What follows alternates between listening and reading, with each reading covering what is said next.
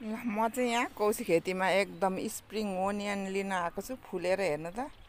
अनि उतापट्टि पनि छ, टिपेर लगेर पर्कमा लगाउँछु। त्यो सबै अर्ग्यानिक हुन् अनि केही पनि फाल्नु हुँदैन। पर्कमा एकदम मिठो हुन्छ।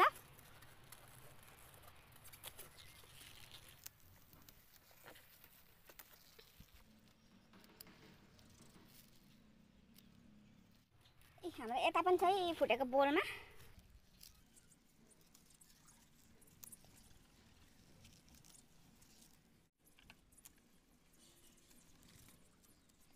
हाम्रो कौशी खेतीको स्प्रिङ ओनियन। अब धनिया पनि टिप्छु।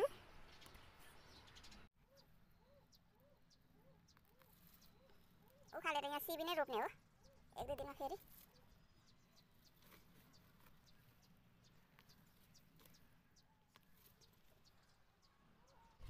ल अब यति लिएर गएँ पर्कमा लाउनु। आज चाहिँ म यो पर्क बनाउन गइरहेको छु है। सिम्पल रेसिपी पर्कको। यो चाहिँ किन यस्तो भएको भने यसलाई चाहिँ फ्रिजमा राखेको थियो अनि अघि बिहानै झिकेर यसको आइसहरू हल्का थियो भएको, यसरी राखेको है। अनि यो पर्कलाई चाहिँ अब आज चाहिँ म चाहिँ यो मैले माथि टिपेको मेरै आफ्नै कौशी खेतीको स्प्रिङ अनियन चाहिँ धेरै लगाएर बनाउने। टमाटर यति 5 वटा रेडी गरेको छु, एकदम सिम्पल, धेरै मरमसला नलाई। 3टा खोर्सानी पड्काउने, 2टा प्याज अनि यहाँनिर यहाँ हाम्रो 5 फुरनमा यो 3टा मात्रै चलाउँछु म प्राय। मेथी, जिरा अनि ज्वानो अनि यहाँनिर अदुवा लसुन पिनेको छ। यो भइहाल्यो, नुन, बेसार अनि थोरै जिरा धनियाको धुलो। ल अब म पकाउन लागिरहेको छु। मैले चाहिँ किटको कराईमा आज पकाउन लागेको छु। किटको कराई चाहिँ यस्तै हुन्छ, मोलेर राखेपछि चाहिँ हल्का त्यो आउँछ क्या खिया, तर एकदम राम्रो अनि मिठो हुन्छ किटको कराईमा बनाएको। अब यो कराई तातिँदै गर्दा म यहाँ खोर्सानी चिरिहाल्छु। खोर्सानी चाहिँ पड्काउने हो। खोर्सानी म त्यति धुलो खोर्सानी चलाउँदिनँ, आज चाहिँ लगाउँछु होला सायद अलिकति थोरै मात्रामा। एभरेस्टमा कुर्तिखा लालमा मैले आफै बनाएको मिक्स गरिदिएको छु खोर्सानी, त्यो धुलो। यसलाई पड्काउने। कराई तातिँदै गर्दाखेरि हामी यता प्याज पनि काट्दै गर्छौँ। प्याज चाहिँ यो 2टा ल्याएको छु सानो मिडियम साइजको।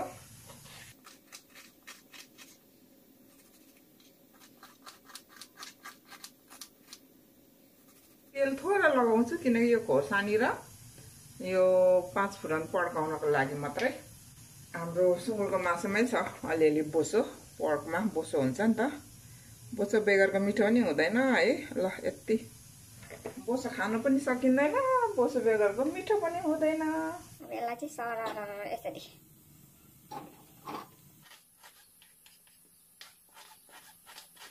खारियो होला हाम्रो लगभग।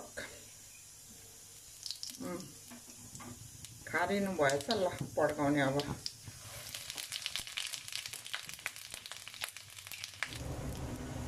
अब यो खोर्सानी पनि 3टा। ल अनि अहिले चाहिँ हामी चाहिँ अब मासु मात्रै खानमा गइरहेछौँ। अलिअलि त आइसै रहेछ।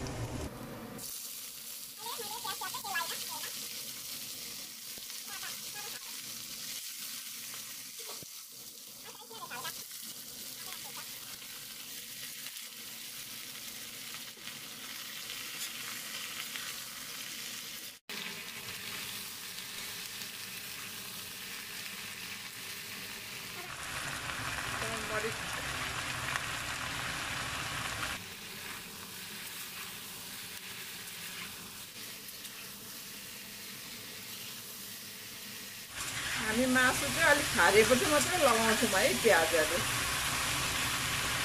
अब नुन लगाइदिन्छु। नुन लगाएपछि चाहिँ अलिअलि त्यो फ्रिजमा राखेको पानीहरू धुएर 2 पखाली गरेर राखेको हो कि काटेर। पानी सानी सबै झर्छ, नुन ठिक्क लगाउने।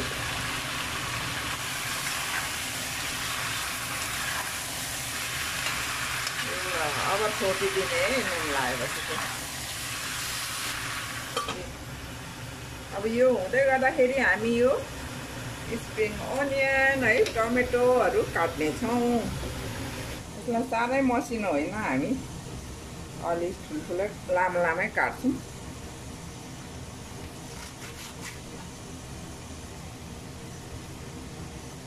त हाम्रो मासु खरिँदैछ नि त।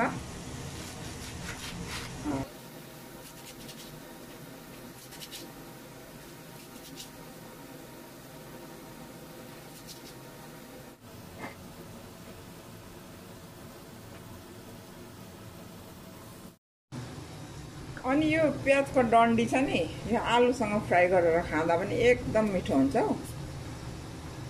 त्यो प्याज फुल्न आँटेको डन्डीहरू सबै अब त हाम्रो तराईतिर त बिक्री पो हुन्छ त, फुलसँगको आलुसँग भुटेर खान्छन् रे।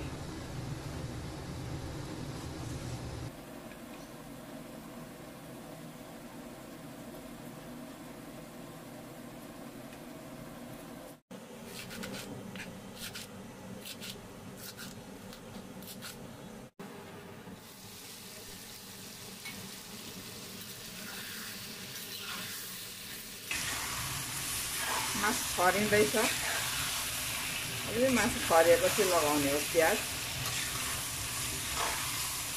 तेल आउँछ नि त अब बिस्तारै खरिँदै गर्दा। म चाहिँ अलिक मासु नखराइकै हुँदैन क्या, मलाई खर्याउनै पर्छ। बोसो धेरै हुन्छ नि त खर्याएन भने त।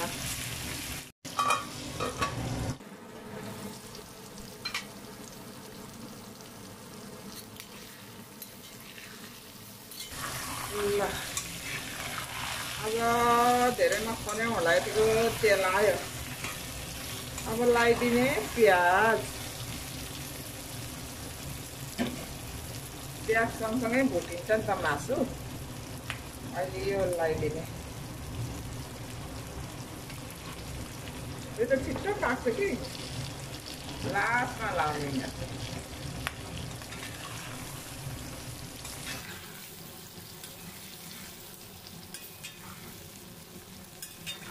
बस प्याज पनि एकछिन भुटिनु दिने छोपेरै।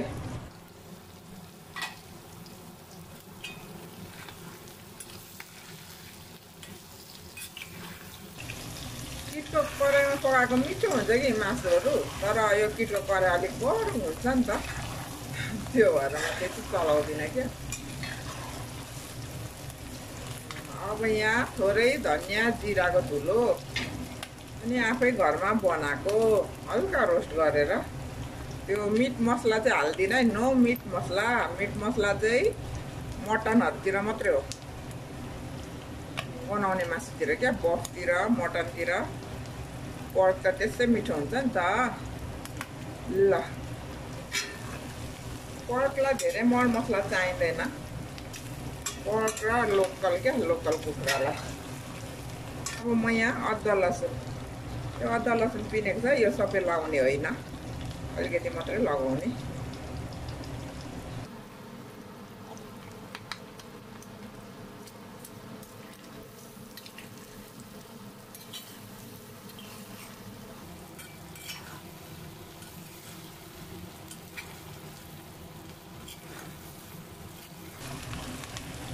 हामीले यो पर्कमा त्यो लसुन हुन्छ नि, डल्लै ठुलो पोटी होइन त, ठुलो ठुलो डल्लै हो। त्यो पनि बाहिरबाट केलाएर धोएर डल्लै लगाउँदा पनि हुन्छ क्या, मजाले तेल, त्यसमा पनि तेल पस्छ, मिठो हुन्छ। आज म थोरै यहाँनिर खोर्सानी लगाइदिन्छु पिरोको लागि। त्यो लाम्चे खोर्सानीमा खासै पिरो छैन क्या, थोरै यहाँनिर चाहिँ मैले अलिकति यो ठुल्ठुलो चाहिँ चिली फ्लेक्स जस्तो बनाएर मिसाइदिएको यो एभरेस्टको तिखालालमा। ल यति नै।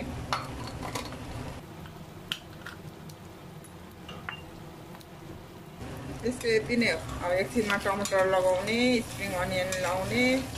त्यसलाई धेरै मरमसला चाहिँदैन, खडा मसला चाहिँदैन, केही चाहिँदैन। त्यो खडा मसलाहरू लगायो भने त मटन जस्तो पो हुन्छ त फेरि गन्धहरू। मेरो छोराले उता बिहाको पार्टीमा पर्क खाएको अरे मटनै जस्तो कस्तो भन्दै थियो क्या। मटन पनि मटन जस्तो पर्क पनि मटन जस्तो त्यो मसलाले गर्दा। हाम्रो मसलाहरू पनि पाएको है। अब यसमा चाहिँ यो अलिकति दह्रो भएको छ कि यो अलिकति हल्का दह्रो खालको स्प्रिङ अनियन हालिदिने अनि टमाटर हालिदिने। टमाटर यो सँगसँगै पाक्छ त्यस पछाडि मात्रै यो हालिदिने। यो कहाँ हराउँछ र एक किसिमको यस्तो मिठो हुन्छ नि त टेस्ट। यसमा चाहिँ प्याजको पातहरू धेरै लगाएको थियो क्या। नो पानी, अहिलेसम्म एक थोपा पानी लगाएको छैन र पानी लगाउनु पनि हुँदैन। म त लाउँदिनँ पानी। एक टमाटर अब यो 4वटा कि 5वटा टमाटर हो।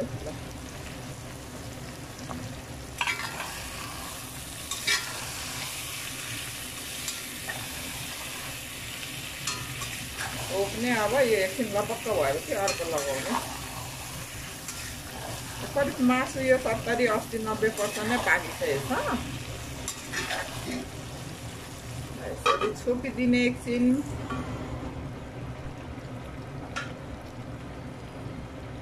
हाम्रो मासु लगभग यो पाकिसकेको छ। अब यो लाउनु बाँकी छ किनकि यिनीहरू चाहिँ लास्टमा लाउनुपर्छ। एकैछिन प्लुट हुन्छ नि त।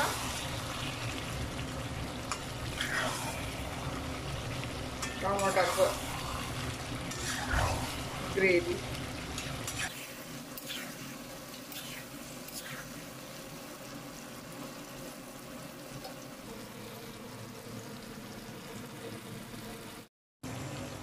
अब चाहिँ तेल पनि निक्ल्यो होइन। अब यिनीहरू लगाइदिने। यो यस्तो मिठो हुन्छ स्प्रिङ अनियन धेरै लगाएको प्याज र मासु भनौँ न। यो चाहिँ अब लपक्क भइहाल्छ एकछिनमा।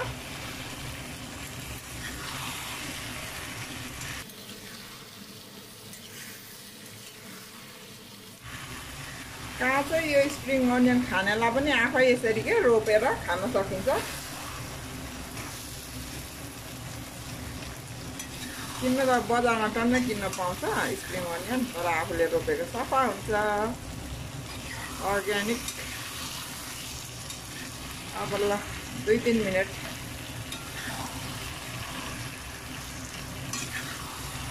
यतिकै पनि खान मिल्छ। मासु पाकिसकेको छ। यस्तो राम्रो हुन्छ कि खासै हरियो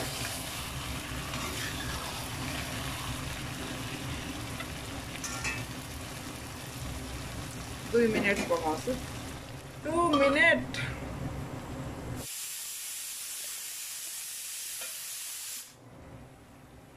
ल हाम्रै रेडी मासु।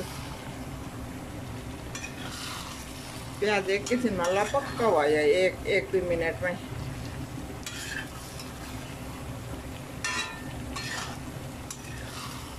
तेल पनि मजाले आयो किनकि पोसहरू थियो नि त सुँगुरको मासु।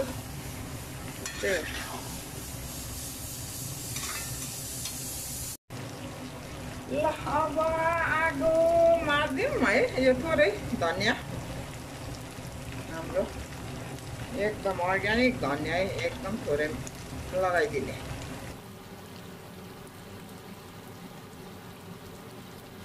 अब यही मासुमै लपक्क भइहाल्छ यो धनियाँ त। आगो सागो पनि मार्यौँ हामीले होइन।